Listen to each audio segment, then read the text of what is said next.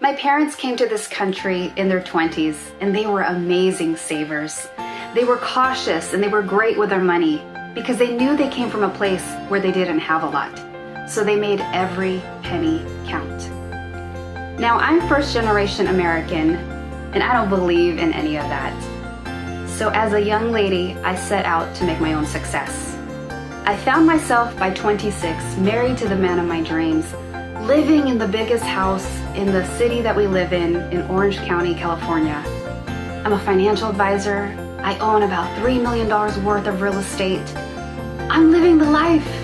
Everything that I wanted, everything that I set out to achieve. I remember several years back, sitting at the kitchen table. My parents wanted me to be a nurse, a physical therapist, an x-ray technician. I said, no, I'm going to be a doctor. And decided and changed, I'm going to be a financial advisor. They didn't quite get that, but they liked the idea that I was going to be successful. The problem was, I felt I was worth more on paper than in real life, and it showed. I'm sitting in my perfect house. Cracks started happening in the marriage. Our financial values were too different. I'm a saver, he's a spender. We're fighting more and more. Pretty soon we couldn't agree on much day by day. It was almost a natural consequence of how broken the relationship had become. It would go on like that for about 5 years, and then everything changed. We separated and got divorced. Through that process, I lost everything. My name was on it all, the mortgages. I lost everything that I had made up until that point.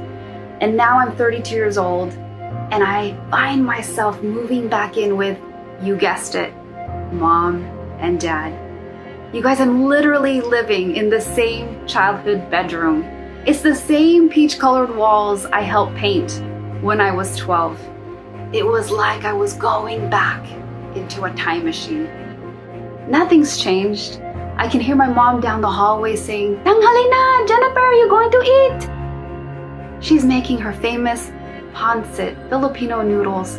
My childhood desk is in the same corner.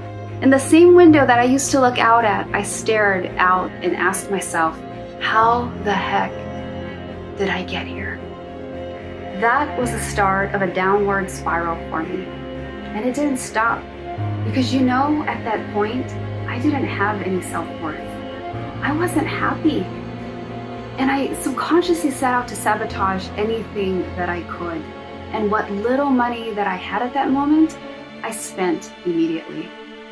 I took this trip up to San Francisco, and until today, I don't know how I afforded to do it, but the little money that I had got me there. And trying to get on the way home, I'm just outside the city. I have a 6+ hour drive to go. I stop at a gas station. The next one isn't another 30 or 40 miles away. I check my ATM card. Boop, boop. 50 cents in the bank account. I have no credit cards. I have no cash. I have 50 cents to my name and an empty tank of gas. It went on like this for another year, at least. I'm still broke. I hated myself. I'm not proud of it, but I even had moments when I thought about taking my own life. And if you've ever been in that place, I get it. And then something happened. I got pregnant and nothing changed. I wish I could tell you that everything changed, but it didn't. I got pregnant and I continued to struggle. And I continued to struggle because money has a story. And I realized that my money DNA that I grew up with as a little girl kept recreating the same patterns over and over and over again. And I eventually had my son, CJ, Christopher Jordan. And as he started growing up as a little boy, I was teaching him the power of scarcity and fear. I didn't mean to consciously, but I showed him the shame that you could have around money. I couldn't even afford to get Chick-fil-A after school on some days. I left that drive-through feeling like a pathetic mom. I didn't deserve that wonderful little boy. I didn't deserve any of this. I'm in a toxic relationship. I wasn't about to get married again.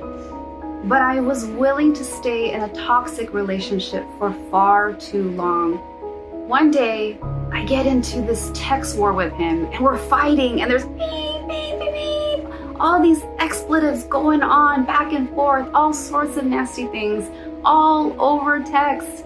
And as I'm sitting in this borrowed office space, trying to figure out how to get my business to work, I realize in that moment, I'm the one recreating this anger, this scarcity, and this shame pattern over and over again.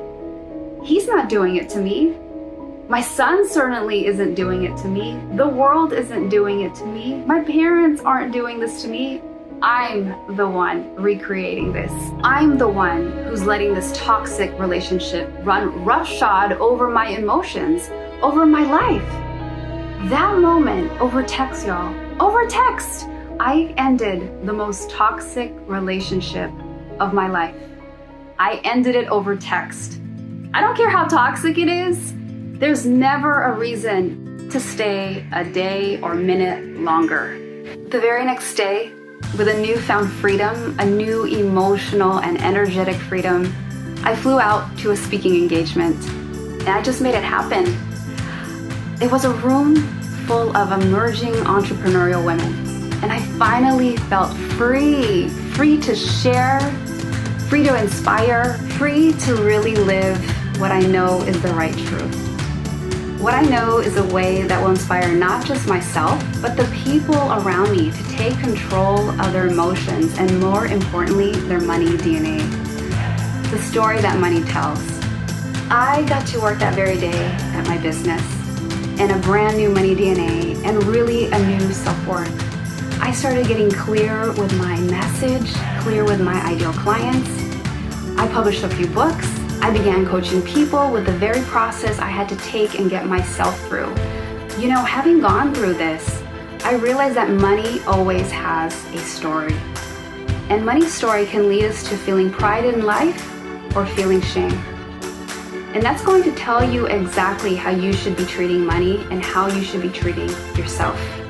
Because that's what it really is about, isn't it? Until I learned to treat myself with love and respect, I could never treat my money that way. Today, I'm blessed because for a living, for a business, I get to do the work that really matters. I get to work with people on their money DNA.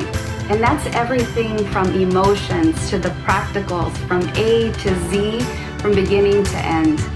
Everything you need to go from where you are, wherever you are right now, with the story of money in your life to where you absolutely want to be. Whatever that story is, whether it's financial freedom or a huge success or becoming the next Mother Teresa, it's exciting because that's what I get to do today.